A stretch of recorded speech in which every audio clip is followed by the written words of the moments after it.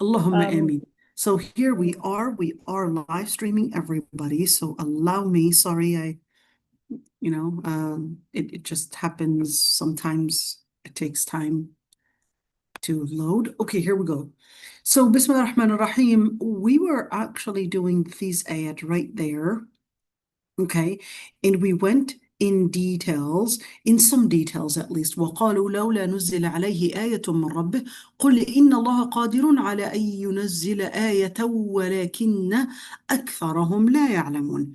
So we were talking about the word, let's say deb. We talked about the word deb, and there was quite that interesting part. We talked about al-janahain, and we said that the word janah means wings, but the word in Lugha Arabiya, in the conjugation in Lugha Arabiya is different than in English, because in Arabic you have the root system. So the root system, you would go back to the root, and then every single additional letter into, maybe I shouldn't say letter, because it would really mean that I'm just putting any random letter, but that's not actually how it works. In Lugha Arabiya, it's a system. It's a system of conjugation, and if you were to follow the system, you would basically be capable of recognizing what that addition meant and what it would relate to in terms of the root.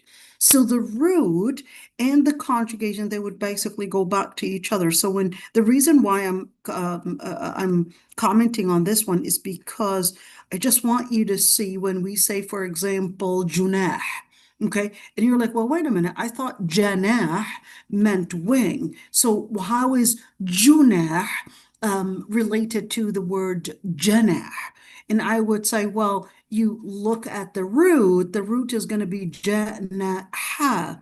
And the root janaha would actually mean to, one, transgress, to also come from the janah, to bring about some sort of balance. So the janah is supposed to give us a sense of stability, a sense of balance. You got two sides to balance each other, all right?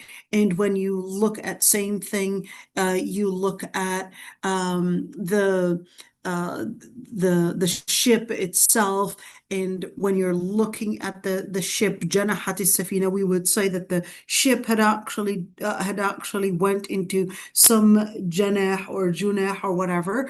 Then in that situation, it basically means that it basically had leaned towards one end. So at the end, any word in an addition, at least conjugation to the word janaha, would actually trace back to janaha right there, or janah, junah, janahat, yajnah, all those different conjugations would actually tell me that there is an imbalance that is happening, and that there's a lean towards one end. So when you look at junah, that's the word that I want to get to, you would see that what it's telling me is that an imbalance had happened in how the person is relating to balancing their deen and dunya, their akhirah, their dunya and akhirah, their life and their hereafter,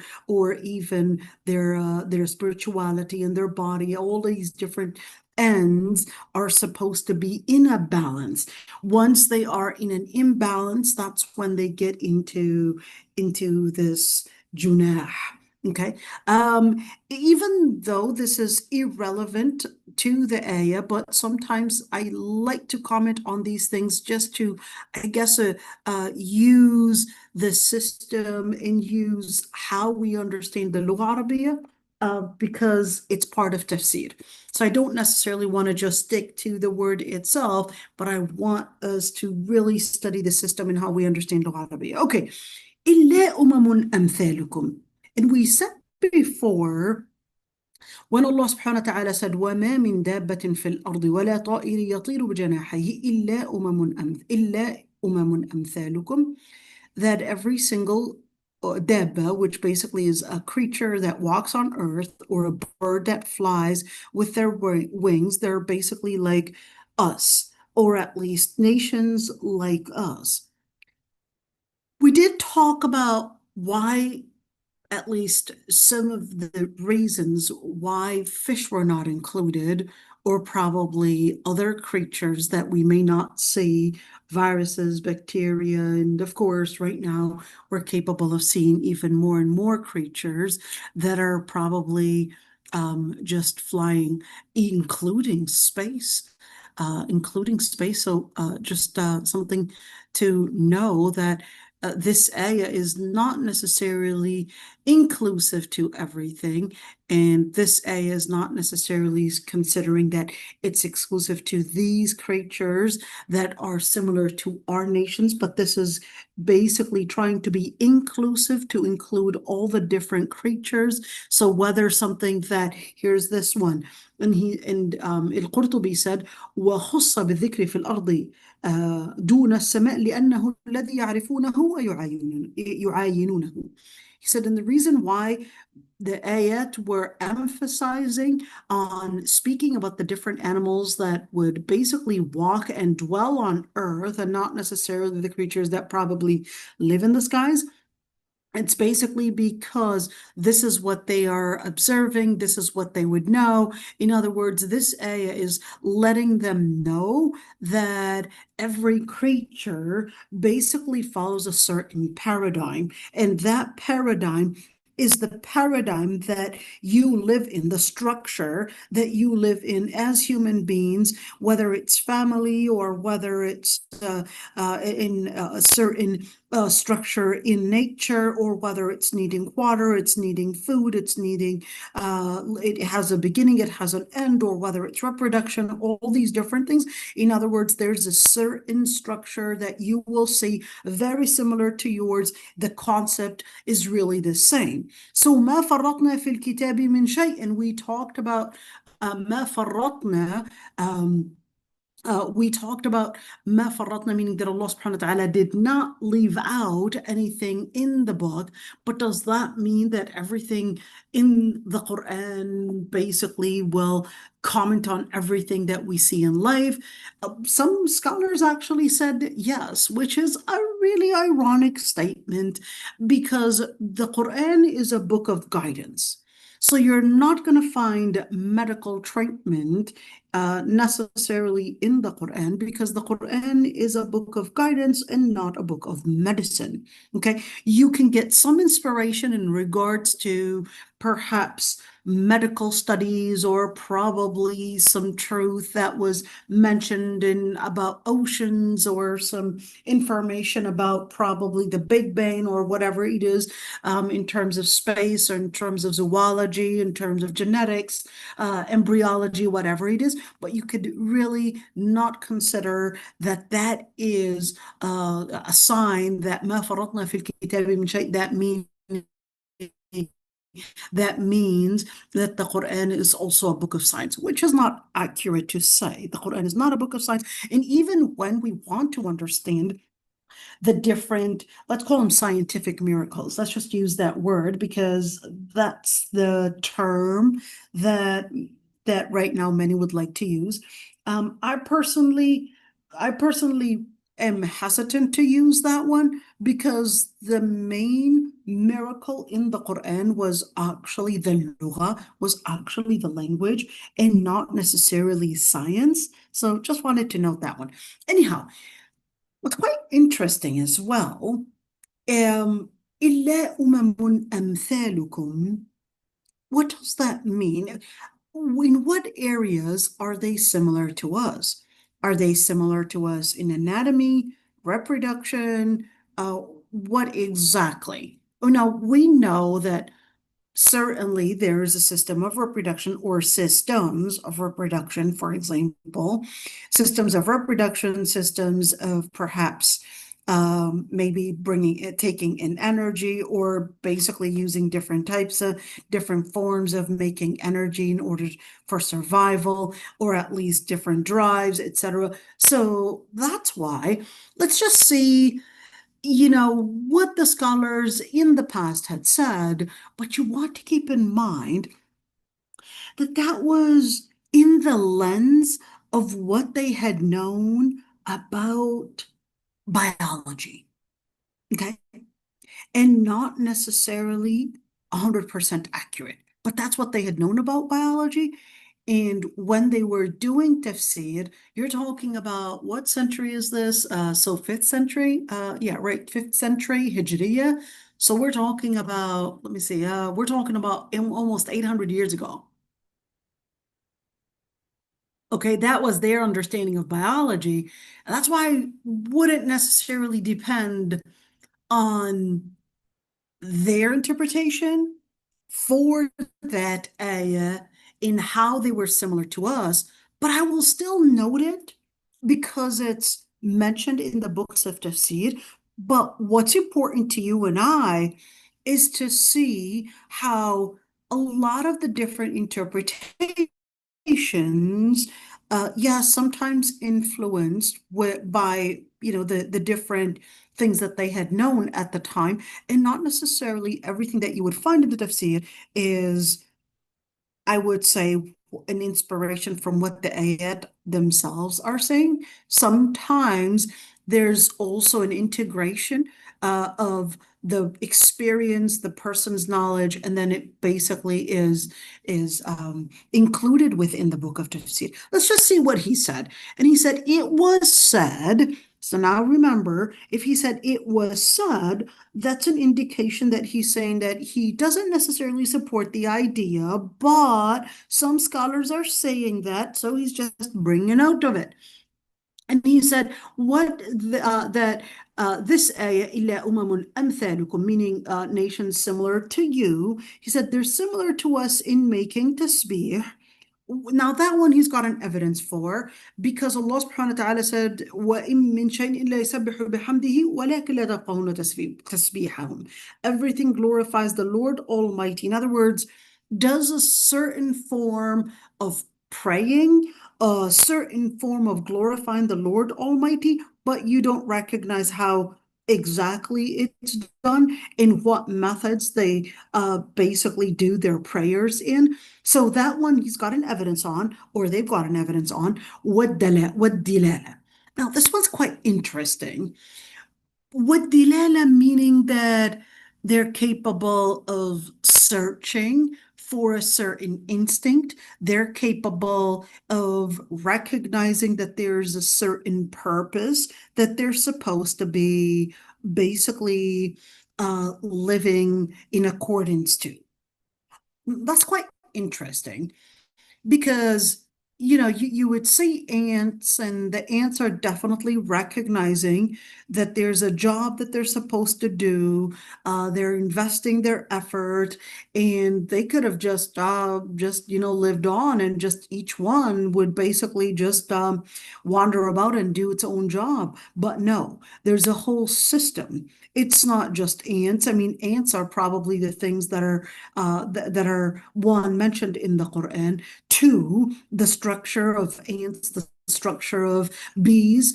They're definitely telling us to look that corner in order to see how the similarities basically happen, and how they recognize there's a certain structure, there's a certain instinct that basically helps them identify what and how to do that structure. So they would be doing the nest, for example, or the beehive in a certain way. It's a certain design, and then they would basically do these different dances. They would do all these different movements. The ladies are doing a certain job, the guys are doing a certain job, and then there's a whole system, there's a whole organization. So when you look at it, الدلالة, each creature is basically designed to do a particular job, and therefore, by recognizing that particular job and recognizing there's a paradigm that they were inspired to do. Why did I use the word inspired?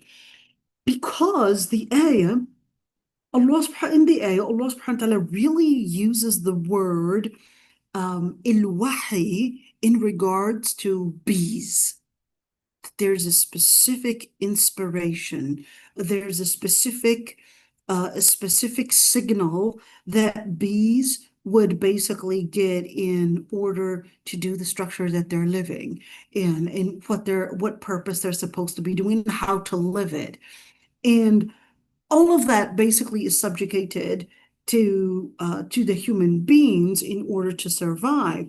But at the same time, Allah subhanahu wa ta'ala is saying, إِلَّا أُمَمٌ أَمْثَالُكُمْ, for you to realize that structure did not happen on its own. It didn't happen by chance or by coincidence, but it actually happened by a creator that set the system. That's the whole and most important thing that we get out of here, is that there's a system. This system did not happen in any shape or form on coincidence, or it happening on its own and finding its way, but it's actually to let us know that the structure, whether from the smallest thing or whether from the different animals that probably live under Earth, at least Earth's surface, or whether we're speaking about the different atmospheres, it would basically follow the same structure.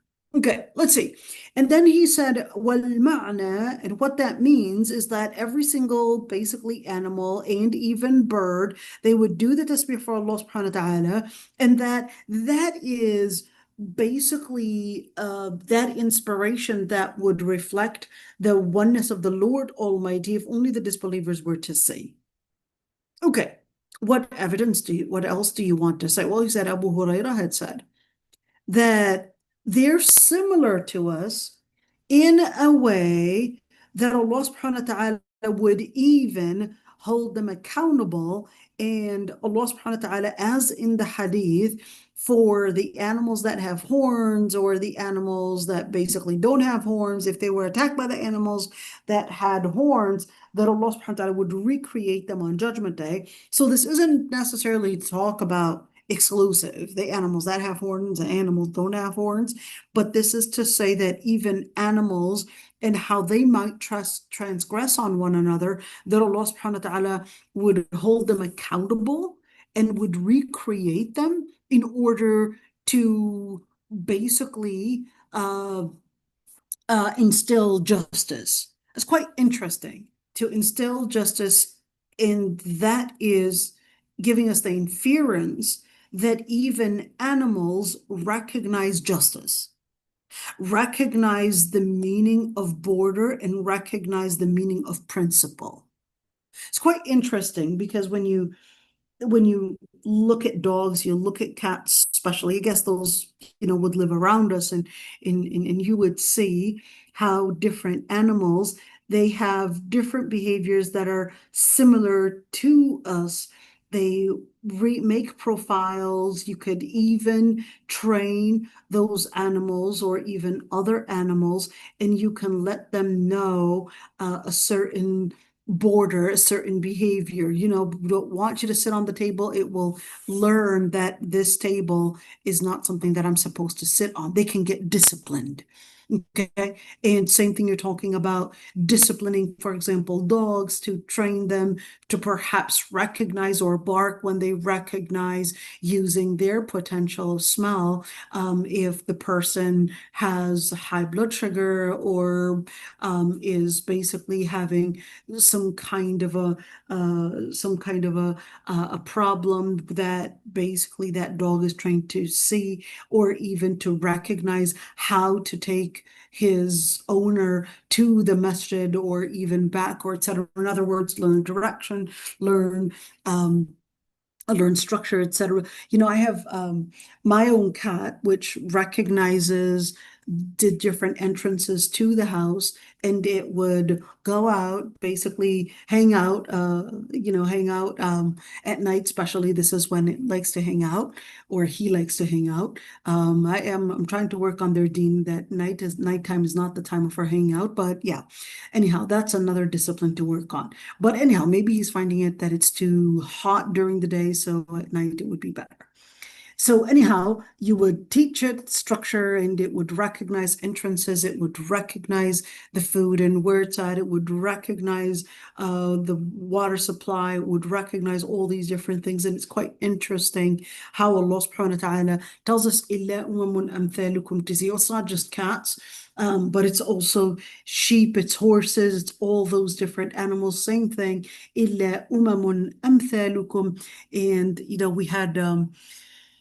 we had a horse, well, we had 6 horses, but one time a horse, one of those horses wanted to sell it, and the baby horse was watching his mother basically taken in. It's kind of like a wagon, but it was taken basically towards one certain area in on the mountain, basically towards a certain area in the mountain. And then our baby horse, because mom is gone, would basically go running towards the last place that he had seen his mom. And then he would start crying and come back, literally crying. And I still remember when that baby horse would just go up and start, literally moaning at its own mom until it came back. And when it came back, he was just literally, it's like giving hugs, and all those tears were wiped away. One thing I would say, living around animals uh, lets you be humble in many ways, because you start recognizing how to communicate, not even using words. And you want to keep in mind that the Prophet ﷺ said that all prophets had done the job of a shepherd. So they were all shepherds at one time. And the Prophet ﷺ himself was a shepherd. Isa alayhi salam, Prophet Jesus alayhi salam, was a shepherd. Musa alayhi salam was a shepherd. And definitely dealing with sheep. Well, sheep are different than goats. I've done a little bit of shepherd work, but I don't necessarily consider myself that I had done it for a long time. So it's just a very short time. And goats are different than sheep, but each one you would see has a different personality. And subhanAllah, just taking the time to relate to nature, relate to the animals that don't communicate, basically teaches us how to be leaders. Quite interesting. I'm not necessarily telling you ladies to become shepherds, but it's quite interesting to see having pets at home actually has its pros and cons, but it's definitely something, especially if you have children that are autistic, it definitely makes a difference. If you have, children that are feeling lonely, and especially in the West, I think having pets is a great idea. This is my recommendation, but I'm not necessarily telling everybody that they have to do that. I'm just, recommending that. Okay, let's see. So Abu Huraira basically mentions this one, but the Mufassirin wanted to use that one as an evidence that this goes farther than a certain structure, the structure in biology, and wanted to say that even the social structure in understanding justice is also going to be included. So in other words, he was saying, well, not only is the religious structure that they were supposed to be following, or perhaps a different guidance that they were supposed to be, or a structure in terms of guidance, but he was basically indicating that no, even when we're speaking about justice, In other words, recognizing law, recognizing a certain principle. Of course, the principles that animals follow are different than the principles that we follow, but there is a certain structure that they too would recognize, and therefore Allah subhanahu wa ta'ala would recreate those different animals that had transgressed on others, and Allah subhanahu wa ta'ala would basically um, divide that injustice, basically, or the justice, divide it and make sure that the one that was oppressed basically would get its right. And eventually, of course, they're not going to get a reward of Jannah or hellfire as a punishment, but they will end up at turab. They will just end up dust at the end, but it would still basically be within Allah subhanahu wa ta'ala's basically comprehensive name, that Allah subhanahu wa ta'ala is the most just. And that was the choice, or what is a judge, for example, considered as the preponderant. And let's see what he said. And he said something even farther. He said, "Illa umamun amthalukum" would mean anatomy, would mean biology, would mean seeking provision, would mean death, would mean resurrection, or even would mean a certain system of justice. And he said what that would mean is all of these that were mentioned. Okay. So anatomy, we already see, so we would agree on that one. Yes, slight differences in terms of anatomy. It depends on the animals, but certainly we could see in terms of anatomy, we have a lot of similarities. And of course, that led to Charles Darwin thinking that, okay, here's my evidence to prove that this was an evolution and not necessarily a structure that Allah subhanahu wa ta'ala created in all the creatures.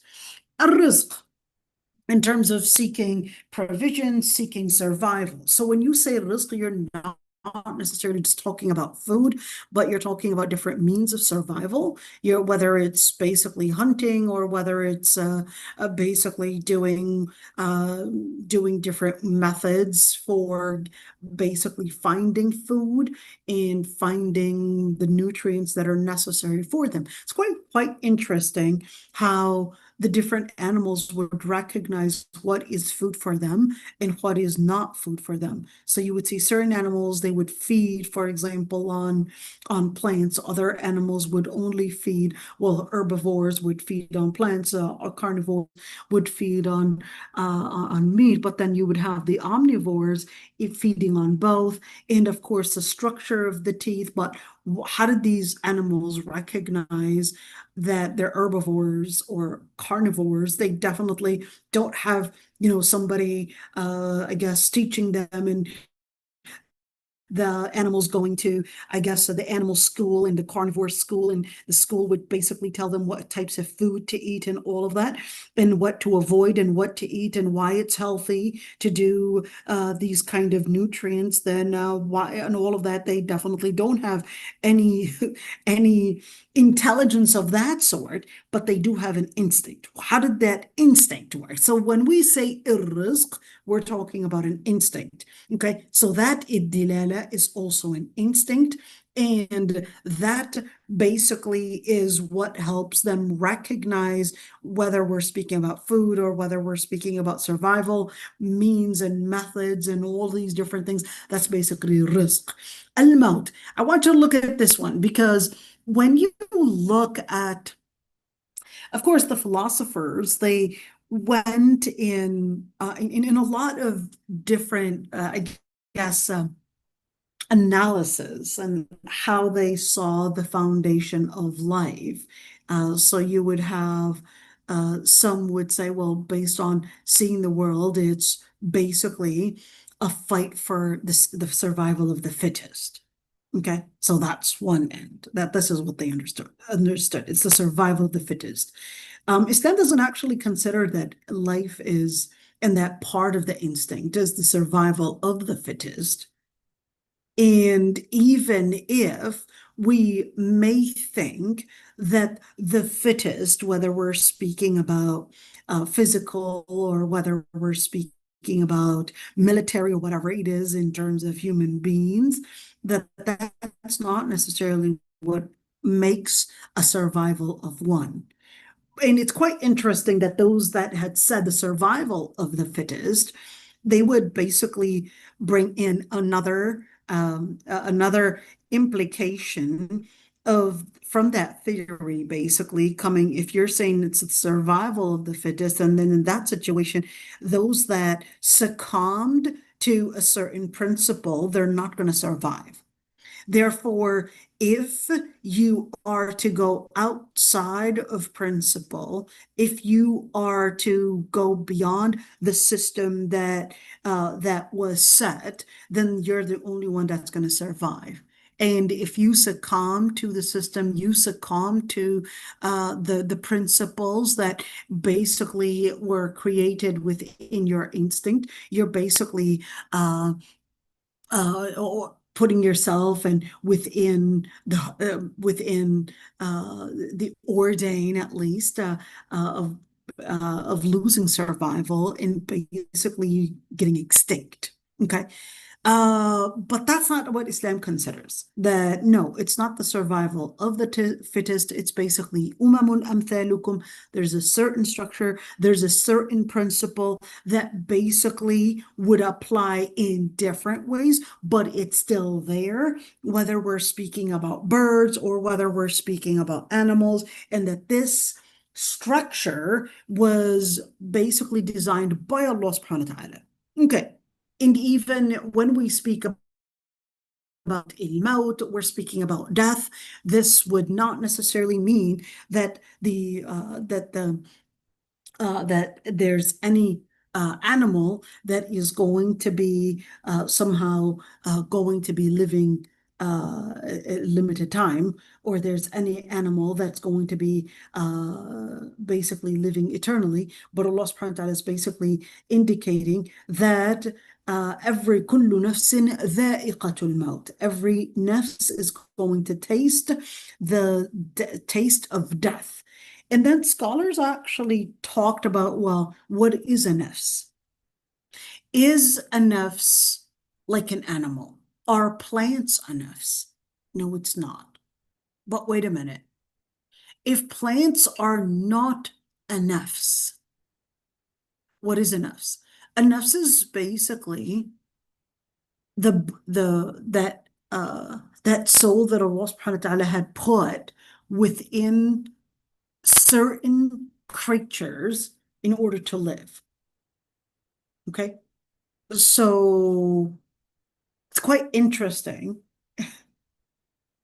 I thought that wasn't true, but certain plants, okay, if you were to yell at it, it would basically have its leaves fall out. Not the leaves, but the flowers. If you were to yell at it, if you were to hit it, it would basically lose its leaves. It was quite interesting. So I really had to search that if that was true or that was a legendary thing, because I used to see it when I was young, but I used to just think of it as, well, maybe it was by chance that it really left its own and dropped its own pallets and its own flowers because I yelled at it. But to what extent do plants have feelings? And we know that in the hadith, the Prophet ﷺ had the Prophet ﷺ was basically giving the khutbah under one tray, but then because the Sahaba couldn't see the Prophet ﷺ, I guess the tree was obstructing the view. So that's when the Prophet ﷺ decided to move somewhere else, and the tree started moaning. And all the Sahaba were hearing the tree moaning. So the Prophet ﷺ basically put his hand on the tree in order for it to not moan. So to what extent do these plants actually have feelings? Well, from what we would see in this ayah, it's definitely telling us إِلَّا أُمَمٌ أَمْثَالُكُمْ, and Allah subhanahu wa ta'ala says,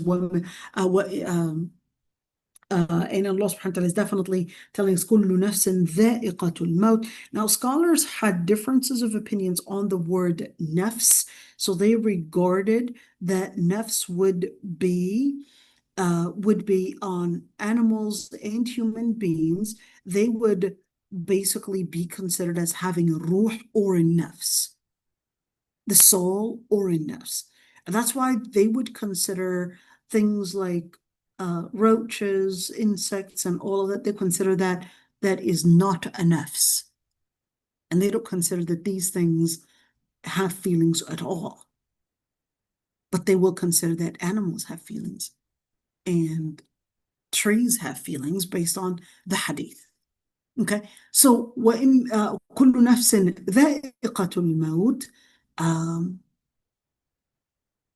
It's quite interesting because it's part of animal nature, our animal nature. So when we say, why did I say our animal nature? Is that Allah subhanahu wa ta'ala is basically letting us know that certainly that animals and animals and us, basically human beings, that we pretty much live within a certain and a similar structure. A certain similar structure. Let's see right here. Sufyan ibn Uyayna was actually a scholar that, lived in Iraq, but he was in total opposition to Abu Hanifa. I mean, in total opposition, to the point that when Abu Hanifa had died, he basically made sujood shukr because he considered that he was deviant, okay? But that's not what's important about all this. Sufyan ibn Uyayna was also a scholar that was living incognito because he was attacked by the government. I want you to keep that one in mind. Some of our greatest scholars basically lived, and even when there was Islamic governance, pay attention to this one, because many times we would get people thinking that if we were to have the Khilafah, that all our problems would end. Well, that's not accurate. You will have the similar problems in a khilafah and outside of the khilafah, and the khilafah does not bring an end to all the problems, meaning economical problems or let's say moral problems and moral issues, or probably social or whatever it is. And the khilafah itself does not bring an end to it. So you really have to work in doing the same da'wah as if you were in a khilafah. Anyhow, so now you see that some of these scholars were actually living within al-khilafah and were not actually appreciated, even though they were some of the greatest scholars. So you have Sufyan ibn Uyayna, you had, well, Ibn Taymiyyah was actually not in the Khilafah necessarily because it was the Mongols during that era. Anyhow, that's a different story. Okay, let's see. What was he saying? Quote, he said, not any creature, well, basically the animals that walk on earth, or even birds, except that you would see in human beings something that is similar to them. So some people would attack just like a lion. Okay, he's seen that a lion does nothing but attack, or even rush into doing things like a lion. And some would have this ishara, his gluttony, just like pigs. In other words, they're just eating and eating, and nothing is stopping them. And some would bark just like dogs. And some would shine. So it's quite interesting. I don't know why he saw that a peacock is shining.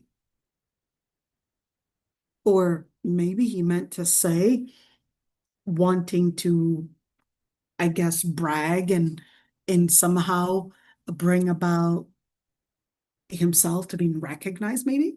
And he said that this is what it means to find similarities between the human beings, the birds, and even and even the different animals. So it's basically an indication that people have similar behaviors and traits just like animals.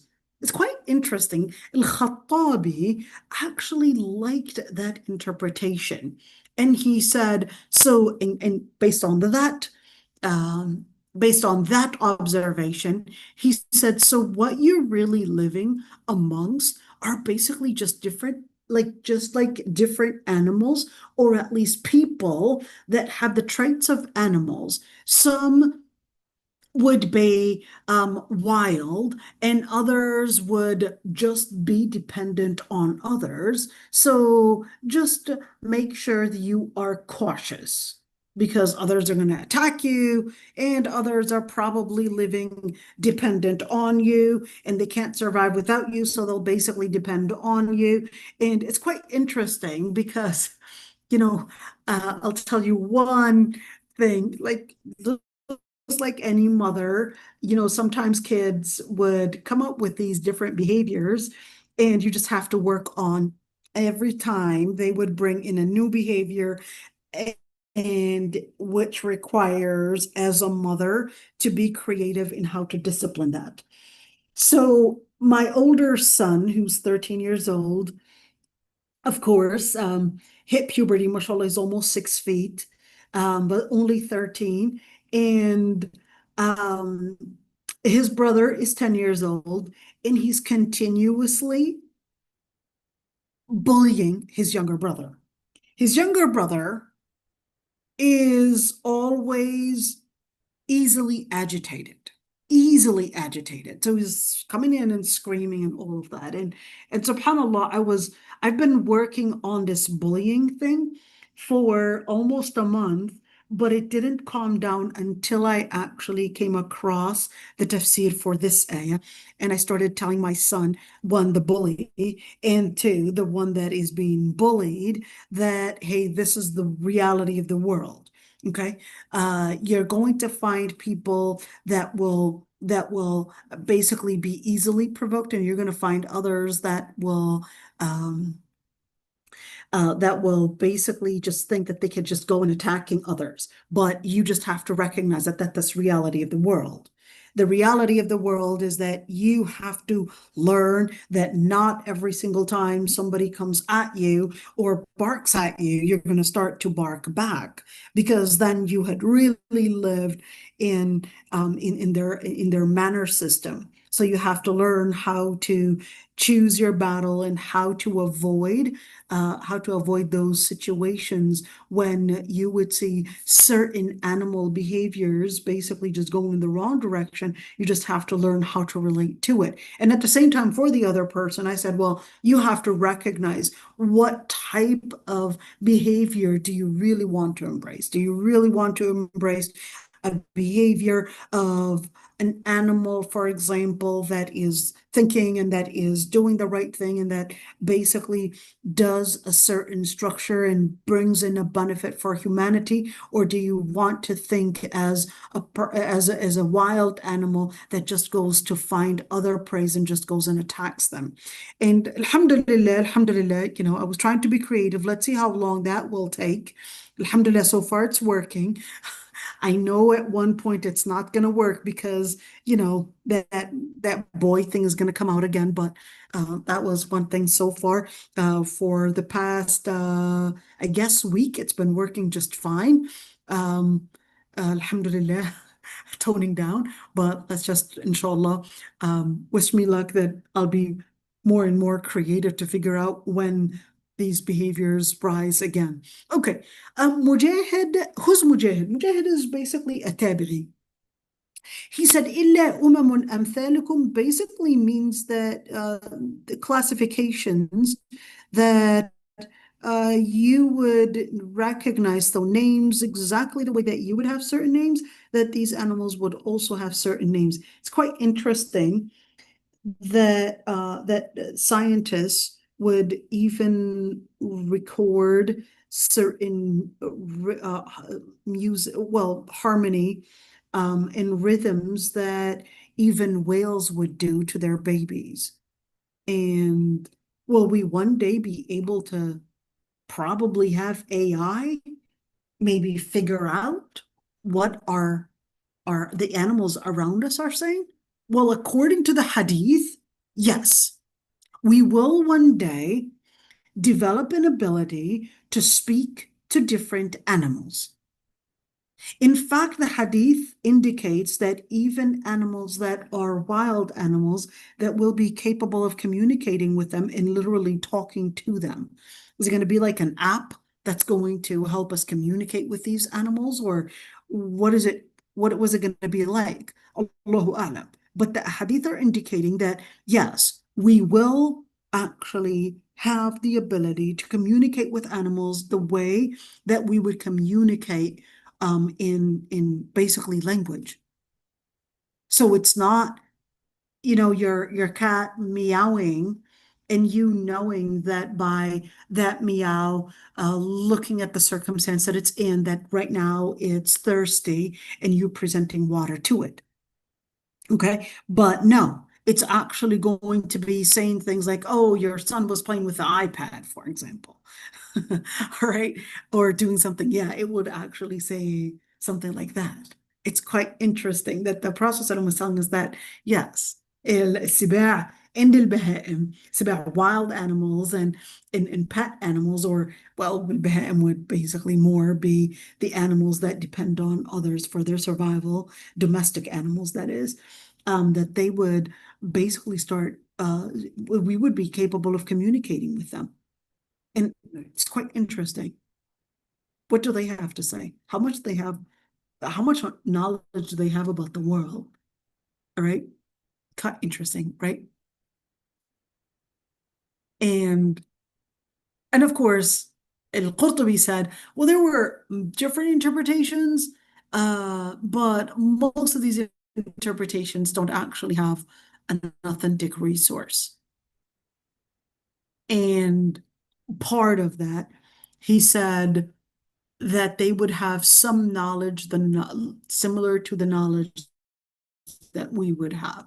And he said that there's no authentic resource to prove that. And therefore, he said, and part of what was interpreted is that they would be resurrected, they would be given the different bounties of Jannah, and that they would be compensated for the different pains that they had endured within this dunya, and that the people of Jannah would find basically like support, or would find some entertainment with their existence. But here, al-Qurtubi said, actually, there's no evidence to prove that. So yes, when that cat dies, it's basically going to turn into turab and is not going to be resurrected.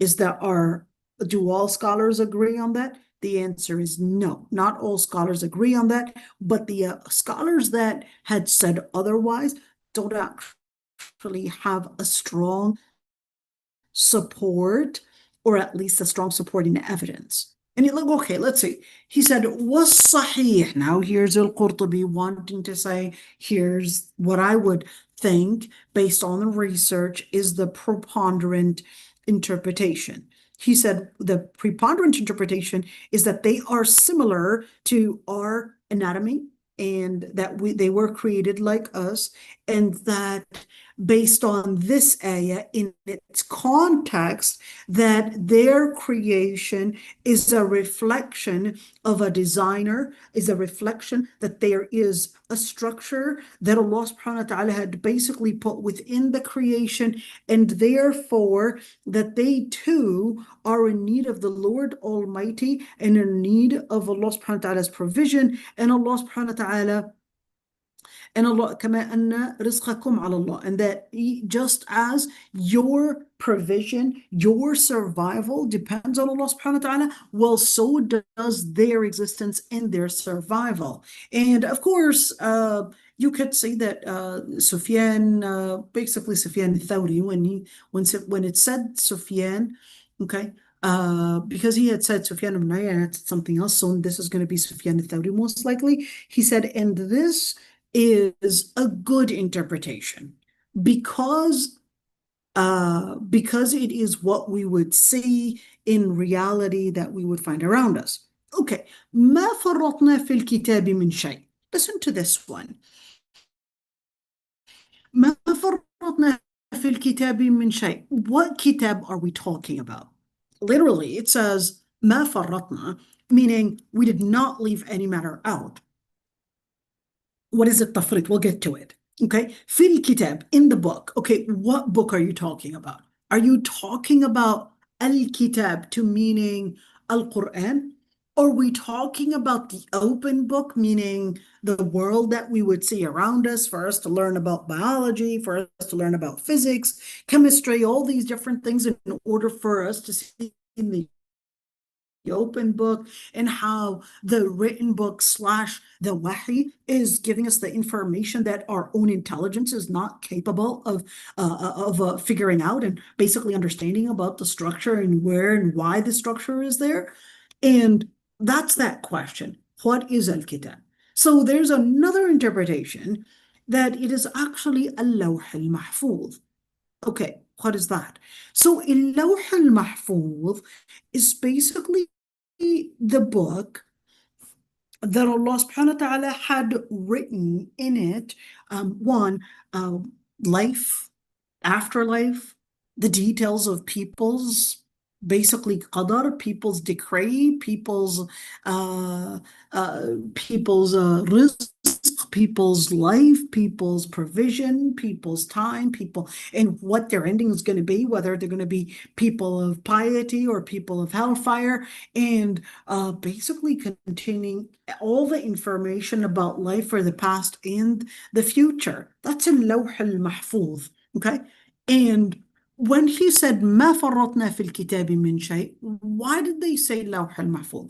The first opinion said اللوح المحفوظ. He said, well, that's because it basically is within this context that this book did not leave anything basically behind, and then nothing is existent that was not containing any records. So based on that, they said, well, this al-kitab is not speaking about but al-lawh al-mahfuz, and therefore this is not talking about the Quran, but this is talking about the book that Allah subhanahu wa ta'ala had kept all the data in regards to life and the hereafter in it. So there's this book that has all the data in regards to life, afterlife, and the details of people's life, details of people's death, details of people's provision, and whether they're going to go to hell, heaven, whatever it is. All of that is basically in the Lawh al-Mahfuz. That's the first interpretation. The second interpretation said, no, this isn't talking about al-Lawh al-Mahfuz, but this is actually talking about the Quran, and therefore the context would mean that Allah subhanahu wa ta'ala did not leave behind. So min shay is not talking about everything, but this is actually talking about everything in regards to the religion, everything in regards to why you were created, and therefore the Quran would give you the details and would give you an explanation, whether that was containing some ambiguity, which the Prophet ﷺ would basically bring in a clarity to, or whether you would say unanimous agreement between scholars, or probably an analogy to help you figure out the different paradigms that the Quran was indicating.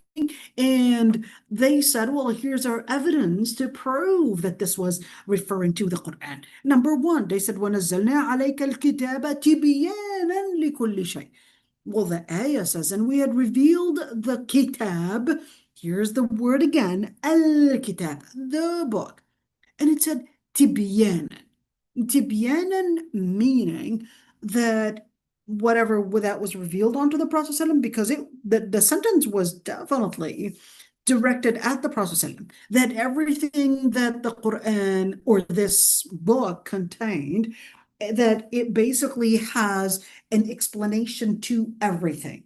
So if it has an explanation to everything, are we talking about everything in regards to science? No. This is in regards to principle, in regards to religion, in regards to the structure and why we were created. Let's see, what other evidence do you have? They said, وَأَنزَلْنَا إِلَيْكَ الذِّكْرَ لِتُبَيِّنَ لِلنَّاسِ مَا نُزِّلَ إِلَيْهِمْ. So why did you say from the matters of the deen that the Quran contained, and not necessarily, I guess, talking about biology or talking about physics or whatever it is? Well, they said, oh, I've got another evidence. لِتُبَيِّنَ لِلنَّاسِ مَا نُزِّلَ إِلَيْهِمْ.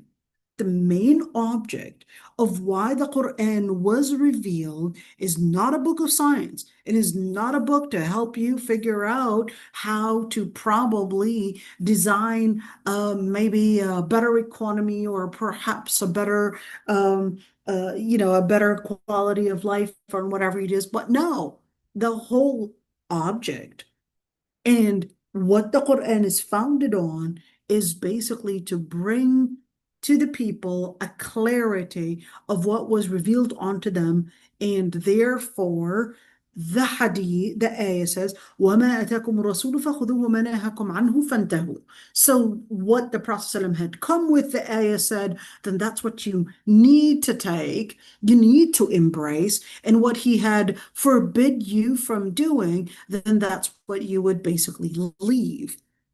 So therefore, what this ayah is basically saying, what was in the comprehensive statement containing some ambiguity in this ayah, in this ayah right here, is the same ambiguity that we would find ما فرطنا في الكتاب من شيء. There's a word of comprehensiveness right there. Let's look into that. What are we exactly discussing here? What we're discussing is this word min shay. When we say that the book did not leave behind any matter, what is this comprehensive statement, any matter, referring to? Is it referring to the book that is in the heavens, basically, or is this referring to the Quran? Now, according to al-Qurtubi, he said to the Quran, and here's our evidence, basically, whether in Surah Al-Nahl, that contained the same statement, تبيانا لكل شيء, it's a clarity for everything, but then it said نزلنا عليك, it was what was revealed upon you. And therefore, what was revealed onto the Prophet ﷺ, what is it? The clarity to, it's basically the clarity in regards to the deen.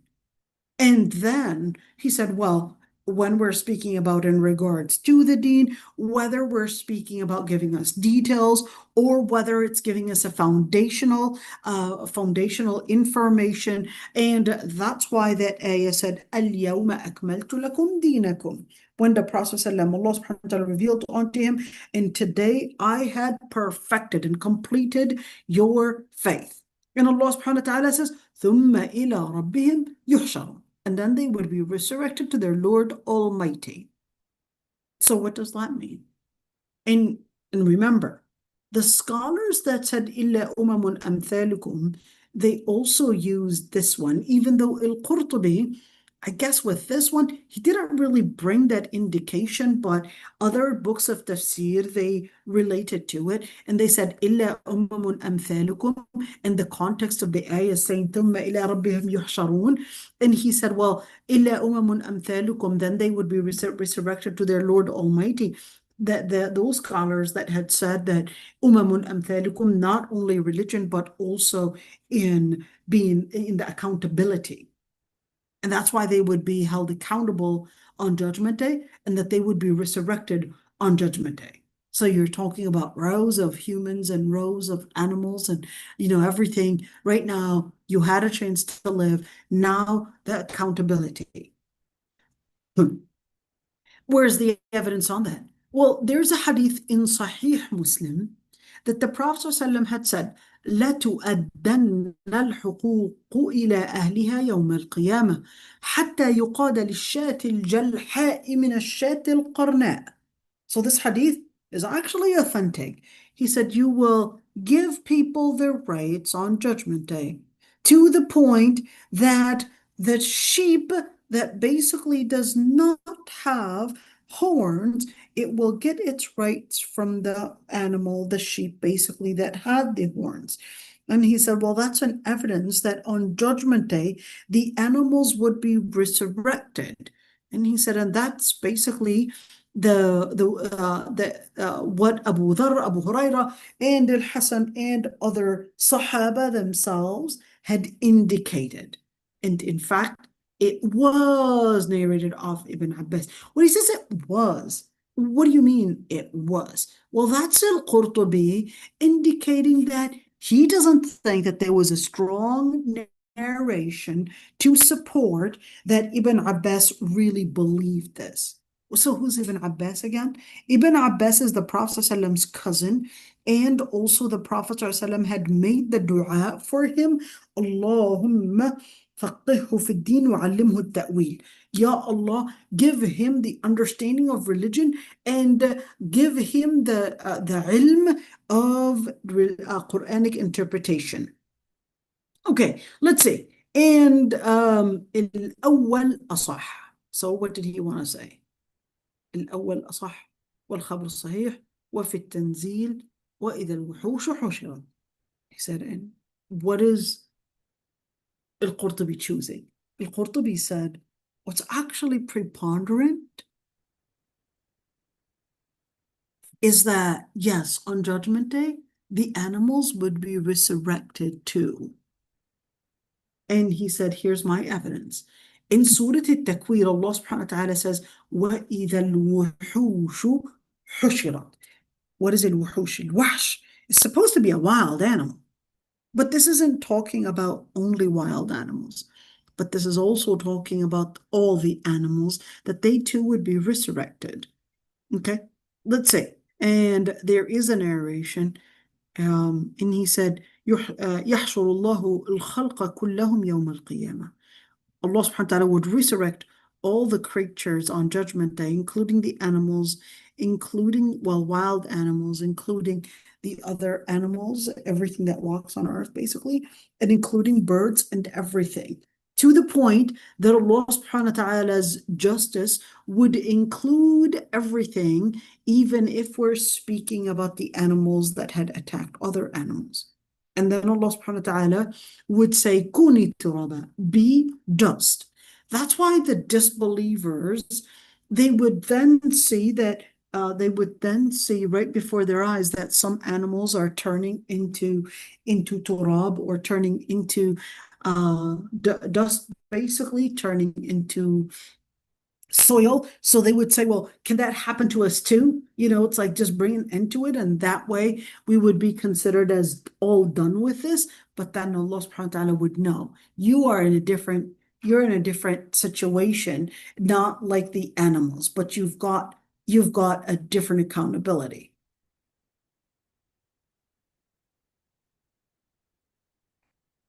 And of course, Ya Allah, look at this, Ata.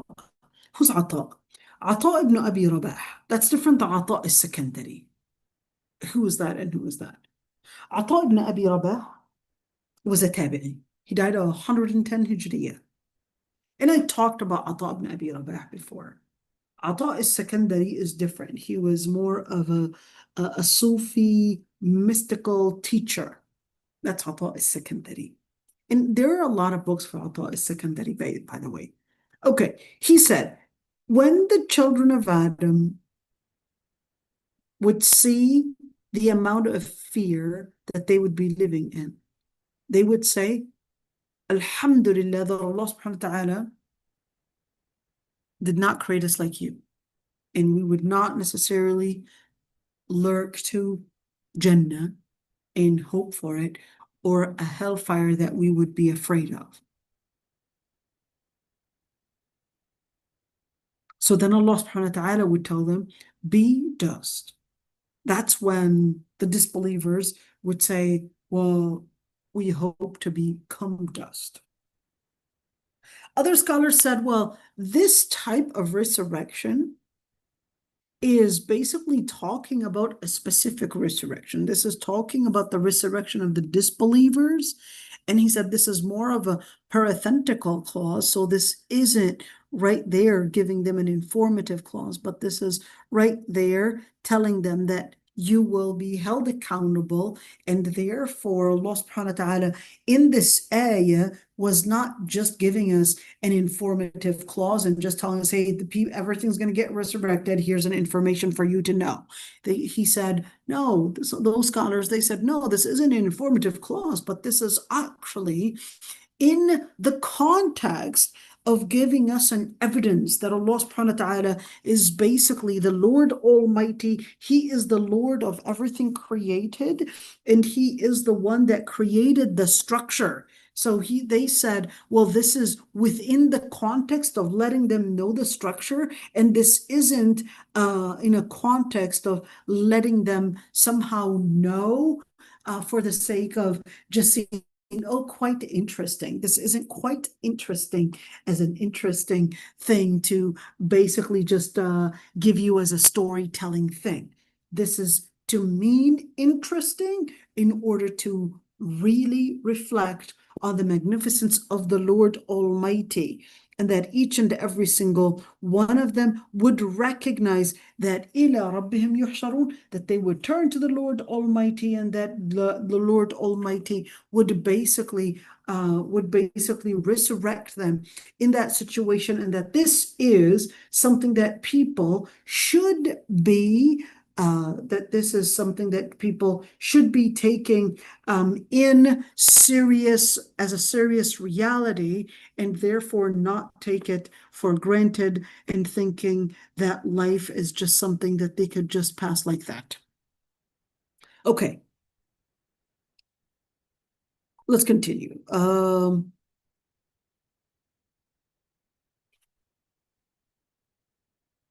Let's look at this one. Some scholars actually said that this doesn't just include animals.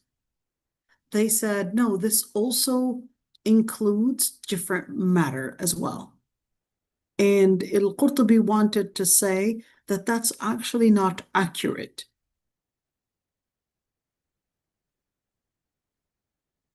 Because matter itself does not have any intellect, and there would be no accountability, and there would be no punishment for it. And he said it's and this isn't something that any person of any rationality would say. And look at the word that he said. ومتخيله من جملة المعتوهين الأغبياء. And he said قالوا ولأن القلم لا يجري عليهم فلا يجوز أن يؤاخذوا. Okay. And he said, imagining that would be plain stupid, and plain, in a plain lunatic would only think that way. Okay, all right. You know, it's quite interesting when you would see some words like that in a book of tafsir, ma'tuhin, aghbiya, all of that. The most book that you would see such words are basically Ibn Hazm's books. Oh my God, he would be swearing at scholars. He would literally be saying these words. Okay, let's continue. Al-Qurtubi said, الصحيح القول الأول. What is more preponderant is that what Abu Huraira, well, the first interpretation, and that it's basically in regards to what is القول الأول. القول الأول. Okay, القول الأول is what? Okay, this is القول الأول. That ثم إلى ربهم يحشرون, that they would be held accountable and that they would be resurrected, that the animals would be resurrected. And he said, certainly, even if they are not held accountable in the same way, meaning their actions and their behaviors are not documented the way that as human beings their behaviors are documented. He said, but we do have this hadith, يا أبا ذر هل تدري في من انتطحتا, when the Prophet ﷺ had seen two animals, well, two sheep, basically attacking one another, and or what is it called? Head fight, I don't know what it's called, but anyhow, and Abu Dhar was being asked by the Prophet ﷺ, do you know what they're basically butting heads for? And Abu Dhar basically said no. He said, but Allah subhanahu wa ta'ala knows what they're butting heads for, and Allah subhanahu wa ta'ala would judge between them. He said, and that's a nas, and that's a text right there, and therefore that's what we would depend on. Okay, it is 10:54.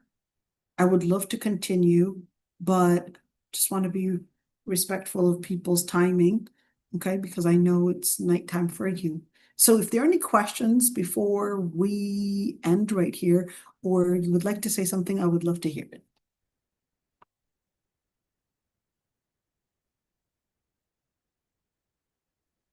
No one has any questions? Okay, so inshallah we'll end right here. Subhanakallahumma bihamdik nastaghfiruka